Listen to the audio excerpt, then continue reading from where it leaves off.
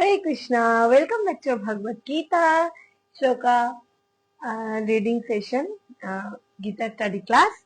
आज है हमारे भगवत गीता की chapter 2 shloka number 52। We have reached up to shloka number 52 Bhagavad Gita की second chapter. Let's start with our as usual guru pranam मंत्र। ओम अज्ञानतिमिरन्धस्य ज्ञानञ्जन शलाकया चक्षुरुन्मीलितं येन तस्मै श्रीगुरवे नमः।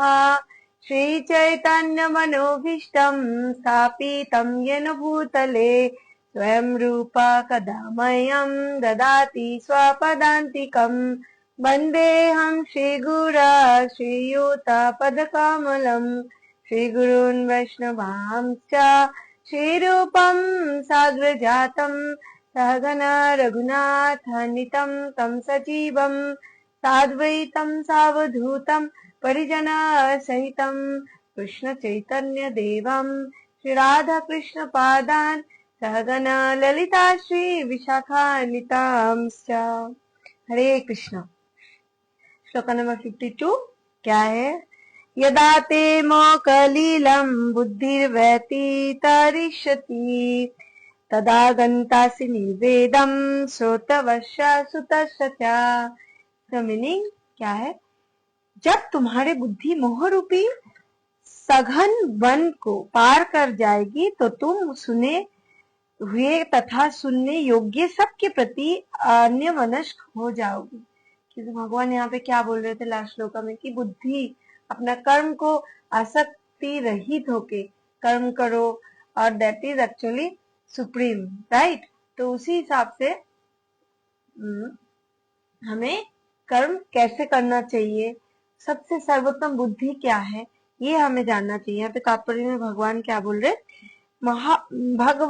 भगवत भक्तों के जीवन में ऐसे अनेक उदाहरण प्राप्त है जिन्हें भगवत भक्ति के कारण वैदिक कर्मकांड से विरक्ति हो गई। ऑफ कोर्स, क्योंकि आफ्टर ऑल हमें डिटैचमेंट ही तो होना है, राइट। तो और भक्ति अगर ज्यादा हो जाएगा तो हमें डिटैचमेंटल संसार से फिर हम डिटैच हो सकते। तो इसीलिए this is the only way. जब मनुष्य श्री कृष्ण को तथा उनके साथ अपने संबंध को वास्तविक रूप में समझ लेता है तो वह सकाम कर्मों के अनुष्ठानों के प्रति पूर्णतः अन्य मनुष्य हो जाता है।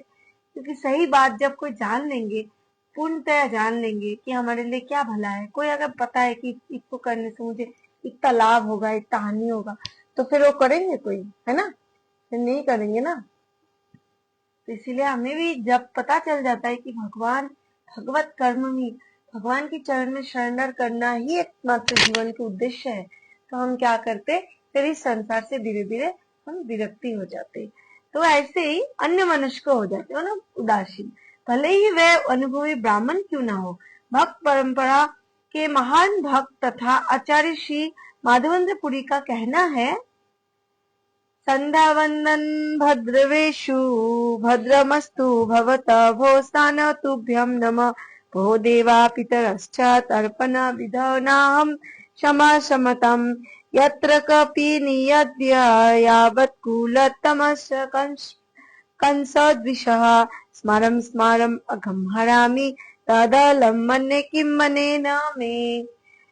ये मेरी त्रिकाल प्रार्थना तुम्हारे जय हो। ये स्नान तुम्हें प्रणाम है। ये देव पितृगण, अब मैं आप लोगों के लिए तर्पण करने में असमर्थ हूँ। अब तो जहाँ भी बैठता हूँ जादव कुलवंशी कंस के हंता श्री कृष्ण का ही स्मरण करता हूँ, और इस तरह मैं अपने पापमय बंधन से मुक्त हो जाता हूँ। मैं सोचता हूँ कि यही मेरे लिए पर्याप्त है।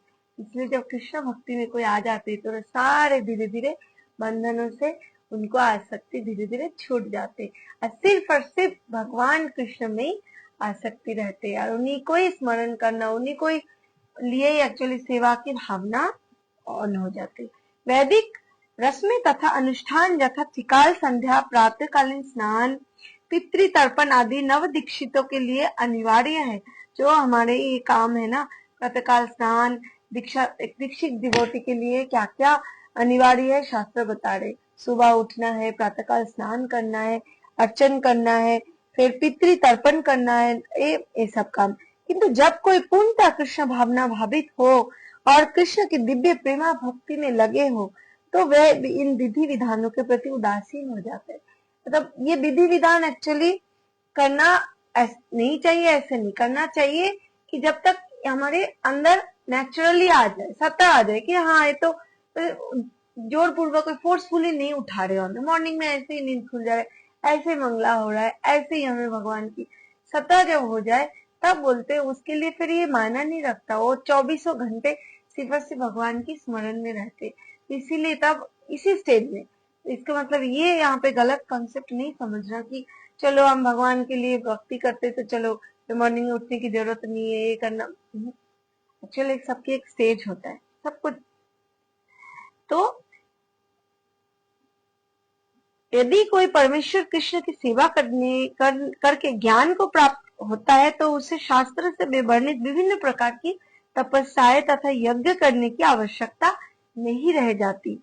इसी प्रकार जो ये नहीं समझता कि वेदों का उद्देश्य कृष्ण तक पहुंचना है और अपने आप को अनुष्ठान आदि में व्यस्त रखना है, वे केवल अपना समय नष्ट करता है।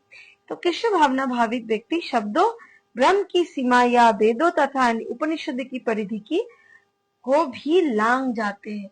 तो कितनी बड़ी बात है कि कृष्ण भक्ति जेन्युइनली, जो भगवान कृष्ण के प्रति जेन्युइन समर्पण, जो 24 घंटे सिर्फ और सिर्फ भगवान की कथा, भगवान के नाम, इसी में रुचि रखता हो, इसी में जिनकी मन लगता हो, तो फिर क्या होता है, फिर उनको बोलते हैं ये सब में उनको उदासीन हो जाते हैं और ये उनके बिल्कुल ये सब से वो कर्म कांड, ये सब आचार आचरण, विधि विधान, अनुष्ठान से वो ऊपर उठ जाते हैं, है ना। तो वो स्टेज में जाना सिद्धि प्राप्ति की बराबर होते हैं। इसीलिए हमें ध्यान रखना चाहिए हमारा भी वो स्टेज आए जल्दी, है ना। श्लोक नंबर 53। श्रुति विप्रतिपन्नाते यदा स्थास्यति निश्चला समाधावचला बुद्धि सदा योगम बक्षसि। अब जब तुम्हारा मन वेदों की अलंकारमयी भाषा से विचलित ना हो और वे आत्म साक्षात्कार की समाधि में स्थिर हो जाए तब तुम्हें दिव्य चेतना प्राप्त हो जाएगी। तो ये एक संकेत है कि किस टाइम आपकी लगता है कि मैं ये दिव्य चेतना में आ गई हूँ, नहीं आ गई हूँ, भगवत गीता में भगवान क्या बोल रहे, है ना। कि तात्पर्य श्री प्रभुपाद की जाए, कोई समाधि में है, इस कथन का अर्थ ये होता है कि वह पूर्णतः कृष्ण भावना भावित के अर्थात उसने पूर्ण समाधि में ब्रह्म परमात्मा तथा भगवान को प्राप्त कर लिया। समाधि मतलब तो बिल्कुल वो स्टेज जो इस संसार से उनकी सबको समान रूप में देखना, चाहे एक मिट्टी की ढेला हो और एक डायमंड हो, दोनों में ही मतलब उनको बराबर लगता है कि both are equally valued, right. सब में भगवान की दर्शन करता है, सबके अंदर परमात्मा की भावना रखता है, सब जीवों में। तो ऐसे एक जो सर्वोच्च आत्मा साक्षात्कार की सर्वोच्च सिद्धि ये जान लेता है कि मनुष्य कृष्ण का शाश्वत दास है और एकमात्र कर्तव्य कृष्ण भावना मृत में अपने सारे कर्म करना है। जो भी अगर हम खाते हैं, पीते हैं, दान करते हैं, यज्ञ करते हैं, तपस्या करते हैं, सब कुछ के बीच में हमें भगवान कृष्ण को रखना है। ऐसे जब जिसका मन हो जाते है दैट पर्सन इज, उनका सिद्धि प्राप्त हो चुका होता है और वो बिल्कुल ही भगवान की भगवत भक्ति में लीन होकर वो उस मुक्त स्टेज पे चले जाते हैं। तो कृष्ण भावना भावित व्यक्ति या भगवान के एकनिष्ठ भक्त कौन न तो वेदों की अलंकारमयी वाणी से विचलित होना चाहिए, न ही स्वर्ग जाने के उद्देश्य से सकाम कर्मों में प्रवृत्त होना चाहिए। तो वेदों में जो अलंकारिक बातें इसमें मतलब लगे रहो और क्या बोलते स्वर्ग जाने के लिए पुण्य कर्मों, यज्ञ, तपस्या सब करते रहो, नहीं। जब भगवत धाम अगर सुप्रीम गोल है ना, वहां पे जाने के लिए अगर कोई रेडी हो जाते तो ये लोग स्वर्ग तो बिल्कुल पास में ही है, क्योंकि 14 भुवन है ना, भूलो वो भुवन स्वर्ग मैंने एक स्टेप बाद ही तो स्वर्ग लोक है। फिर जना तपा मोह ब्रह्मा, उसके बाद वैकुंठ, उसके बाद आते को लोग वृंदावन।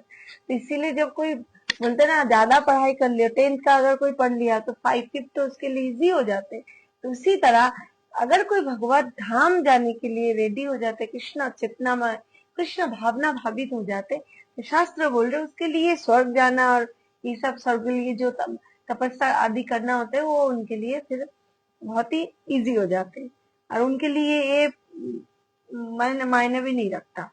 कृष्ण भावनामृत में मनुष्य कृष्ण के सानिध्य में ही रहता है और कृष्ण से प्राप्त सारे आदेश उस दिव्य अवस्था में समझे जा सकते हैं। ऐसे कार्य के परिणाम स्वरूप निश्चयात्मक ज्ञान की प्राप्ति निश्चित है। उसे कृष्ण या उनके प्रतिनिधि गुरु की आज्ञाओं का पालन मात्र करने से ही होगा। इसीलिए हमें बोलते हैं ना, बंगाली में कहावत है, घोड़ा डिंगा के घास खाना। तो बिना गुरु की गोविंद नहीं मिलता। जे मतलब जो गुरु के बिना गोविंद को भजना करते वो पापी है, वो नरक में जाता है।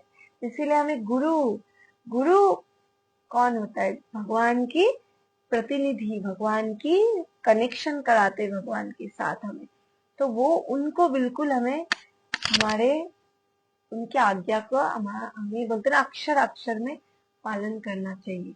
ऐसे सदगुरु अगर हमें मिल जाए जो कृष्ण भावना भावित हमें बनाते हैं, जो टॉप मोस्ट लेवल, जो सर्वोच्च गोल भगवत धाम जाने की अचीवमेंट की ओर हमें पुश करते हैं, तो हमारे लाइफ तो धन्य हो जाते।